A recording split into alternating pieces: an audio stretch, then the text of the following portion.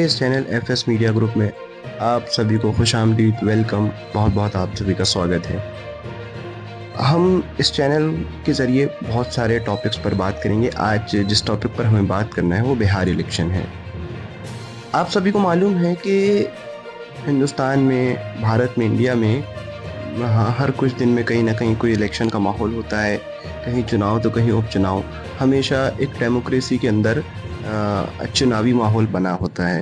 तो इसी तरह से बिहार इलेक्शन भी है। बहुत इंटरेस्टिंग इलेक्शन होता है जहां बहुत सारे समीकरण बैठते हैं।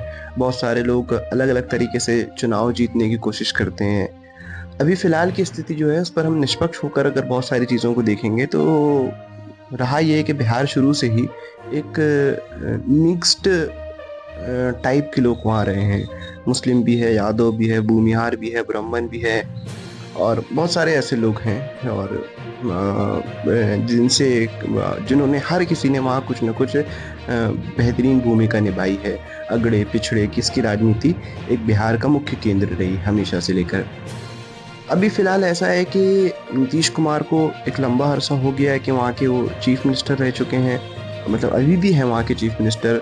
और हमेशा वो एक ऐसे सियासी समीकरणों के साथ और ऐसे राजनीतिक समीकरणों के साथ चलते हैं कि वो हमेशा ही कुर्सी पर बैठे रहते हैं, मतलब ऐसा दिखाई पड़ता है। आप देखेंगे कि कभी लालू के साथ हो, जो राष्ट्रीय जनता दल जो उनकी पार्टी है उसके साथ हो, चाहे कभी बीजेपी के साथ हो, उन्हें कोई संकोच नहीं है। उनकी कोई ऐसी पर्टिकुलर ऐसी आइडियोलॉजी नहीं है कि बस हम इन्हीं के साथ रहेंगे या इन्हीं के साथ रहेंगे। और वो हमेशा से, और इस बार भी वो कोशिश कर रहे हैं, लेकिन देखने में ऐसा आ रहा है कि उनका उस तरह से जोर बिहार में समझ नहीं आ रहा। लेकिन नीतीश कुमार की हमेशा से एक ये पॉलिसी, स्ट्रेटेजी और उनकी क्वालिटी रही है, आप ये मानो चाहे ना मानो, कि वो जब भी बहुत ज़्यादा कमज़ोर दिखते हैं या अपने आप को दिखाने की कोशिश करते हैं तो वो कुछ ऐसी स्ट्रेटेजी चल जाते हैं कि सब लोगों को हैरान कर जाते हैं। स्ट्रेटेजी चलते हैं या फिर वो उस तरह से दम लगाते हैं कि फिर वो सत्ता में आते हैं और अपनी सीटों के साथ आगे होते हैं। दूसरी तरफ हम यहाँ देखेंगे कि इंडिया अलायंस जो है, जो महागठबंधन है, इसमें आप देखेंगे तेजस्वी यादव। अब देखिए कि होता ये है कि जहाँ बड़ी पार्टियां होती है, अभी भी बिहार की सबसे बड़ी पार्टी राष्ट्रीय जनता दल आरजेडी, जो लालू की पार्टी है, जिसके अध्यक्ष लालू हैं। तो होता ये है कि जो बड़ी पार्टी होती है, इंडिया अलायंस जो है, उसके इर्द गिर्द हर कोई घूमता है। कांग्रेस का कोई उतना ज़्यादा वजूद है नहीं, लेकिन कांग्रेस के पास एक बेहतरीन चेहरा वहाँ पर मौजूद है कन्हैया कुमार के नाम से, जो एक नेशनल लेवल का एक चेहरा बन चुका था। और उन लोगों ने, मतलब कन्हैया कुमार ने बहुत सारी कोशिशें भी की। पहले लोकसभा इलेक्शन भी लड़ा कम्युनिस्ट पार्टी के साथ, फिर उसके बाद अब कांग्रेस में शामिल हैं, दिल्ली का भी इलेक्शन लड़ा। मतलब कन्हैया कुमार के साथ बहुत से एक्सपेरिमेंट हो रहे हैं और बहुत से लोगों को मानना है कन्हैया कुमार एक बेहतरीन लीडर आगे चल के साबित हो सकते हैं। लेकिन फिलहाल ऐसा है कि वहाँ तेजस्वी का प्रभाव ज़्यादा है और MY समीकरण बहुत पहले से कहा जाता है। अब लालू की बात ऐसी है कि लालू यादव की एक ज़माना था तूती बोलती थी, और लालू यादव एक बहुत पावरफुल नेता थे और उन्होंने एक बहुत ज़्यादा इनोवेटिव वर्क भी किया है कि बहुत पिछड़े लोगों को, जिनकी आवाज़ नहीं थी, जिनके पास बात करने की हिम्मत नहीं थी, ना काम करने का जज्बा था, उन लोगों को पीछे से उठा के बहुत ज़्यादा आगे लेके आए। ये लालू यादव की क्वालिटी रही है। मतलब सामाजिक न्याय उनका एक हमेशा से सिंबल रहा है। फिर बाद में धीरे धीरे उनकी पार्टी का स्टेटस समझिए कि आप बदलता रहा, वो सिकुड़ती भी गई, कम भी होती गई। आज आपको मालूम है कि किस तरह से उनके बिहार में MP हैं और मतलब उनका अब नेशनल पॉलिटिक्स में उतना बड़ा रोल नहीं है जो एक ज़माने में लालू यादव का नाम चला करता था। अब रही बात, फिर उसके बाद ऐसा है कि दूसरी तरफ बीजेपी है, जो एक नेशनल पार्टी है, लेकिन बीजेपी एक ऑर्गेनाइजेशनल पार्टी है जिसको अमित शाह लीड करते हैं। और आप मतलब हमेशा ये समझिए कि सदर उनका प्रेसिडेंट कोई भी हो, लेकिन अमित शाह एक चाणक्य का रोल हमेशा से अदा करते हुए आए हैं। लेकिन बिहार की सिचुएशन और सिनेरियो बिल्कुल ही अलग है। आज उन लोग के पास कोई ऐसा चेहरा प्रभावी सामने है नहीं। वो सम्राट चौधरी की बात करते हैं। सम्राट चौधरी का इतिहास अगर आप देखेंगे तो आपको सारी चीज़ समझ में आ जाएंगी। और फिर वही सुशील मोदी वगैरह हैं, रहे हैं इनके साथ, मतलब जो भी इनका मसला है। और इस तरह से बिहार की राजनीति हमेशा से चलती हुई आई है। और इसके अलावा बहुत सी अलग अलग पार्टियों की हम बात कर लें कि जैसे हम एक पार्टी की बात करते हैं जन स्वराज करके, प्रशांत किशोर एक पॉपुलर चेहरा जिन्होंने चुनावी समीकरण बनाने में, चुनावी रणनीति बनाने में पहले मोदी की मदद किया, कभी जगन की मदद की, कभी ममता की मदद की, कभी कांग्रेस के साथ भी काम किया। मतलब इस तरह से एक वो ऐसा पॉलिटिकल स्ट्रेटेजिस्ट है जिसने जब भी किसी का सपोर्ट किया तो उसका जीत का परसेंटेज बढ़ा हुआ रहा है और वो बहुत अच्छा काम किया। जैसे आप देखेंगे कि जगन को जो उन्होंने सपोर्ट किया तो वो बहुत वाकई इफेक्टिव था वो। मतलब जगन को हर घर घर पहुंचा दिया उन्होंने और फिर उसके बाद उनको जिता कर भी निकाला। इस तरह से प्रशांत किशोर ने अब ये ठानी है कि वो बिहार आएंगे और बिहार के लोगों के साथ काम करेंगे और बिहार में एक राजनीतिक पार्टी वहाँ पे खड़ी करेंगे और उसी राजनीतिक पार्टी के ज़रिए वो सत्ता में आएंगे और वहाँ परिवर्तन लाएंगे। और वो कह रहे हैं कि भाई जिस तरह से वो चेंज चाहते हैं वो चेंज बिहार में होगा।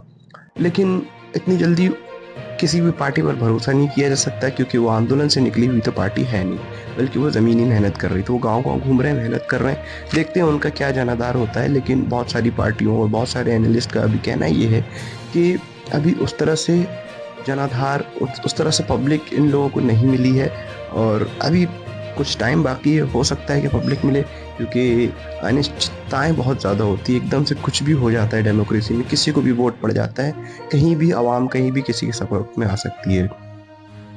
उसके बाद रामविलास पासवान की जो पार्टी है, उनके जो बेटे हैं वो चिराग पासवान, वो भी अपनी सी मेहनत कर रहे हैं। उन्होंने भी कहा है कि हम अकेले लड़ेंगे। अब वो देखते हैं कि एनडीए के साथ उनका कैसा गठजोड़ बनता है और फिर किस तरह से। उसके अलावा हम एक और पार्टी का जिक्र करते हैं। आपने देखा होगा कि ऑल इंडिया मजलिस इत्तेहादुल मुस्लिम जो असदुद्दीन अवैसी जिसको लीड करते हैं, वो पार्टी भी मुस्लिमों का वोट ज़्यादा पाती है, हमेशा से उनका इतिहास रहा है। और उन्होंने भी सोचा है कि किस तरह से वो वहाँ अपने कदम जमाएंगे। पिछली बार हुआ कुछ यूँ था कि वो 5 सीटें जीते थे जिसमें से 4 वापस आरजेडी के खीमे में चले गए थे। एक अख्तर उल ईमान जो उनके बिहार के प्रदेश अध्यक्ष हैं वो हैं और वो कोशिश कर रहे हैं। लेकिन अभी रिसेंटली मिली खबरों के अनुसार ये बात सामने आई कि उन्होंने महागठबंधन के दरवाजे पर बार बार चिट्ठी लिखकर भी चिताया और अभी शायद अख्तर उल ईमान ने कोई ढोल वगैरह नगाड़े बजाकर उन्होंने कहा कि हमें 6 सीटें दीजिए और हम गठबंधन में शामिल होना चाहते हैं। जिस हिसाब से असदुद्दीन अवैसी का नेचर है और जिस हिसाब से वो पॉलिटिक्स करते हैं, लेकिन ये बिल्कुल एक अलग पॉइंट ऑफ व्यू देखने में आ रहा है कि जिस तरह से वो बार बार गठबंधन के पास जा रहे हैं और सीट मांग रहे हैं। लेकिन मसला ये है कि गठबंधन वाले अभी देने को तैयार नहीं समझ में आते हैं और उन लोग शायद मेरे हिसाब से देंगे भी नहीं। और क्योंकि आजकल जिस तरह से राजनीति हो गई कि जिसमें हिंदू मुस्लिम का भी एक एलिमेंट सामने आता है, तो अवैसी साहब को तो गले लगाना गठबंधन के लिए मुमकिन नहीं समझ में आता है। लेकिन फिर भी अनिश्चितताओं का खेल है, कभी भी कुछ भी हो सकता है। पॉलिटिक्स है, कभी भी बदल सकती है, कभी भी कुछ भी मसले हमारे सामने आ सकते हैं। अब जैसे मैं कोई एग्जिट पोल तो आपके सामने दे नहीं सकता और ना मैं कोई अपने कैलकुलेशन के हिसाब से बता सकता कि भाई किस तरह से बिहार की राजनीति बनेगी।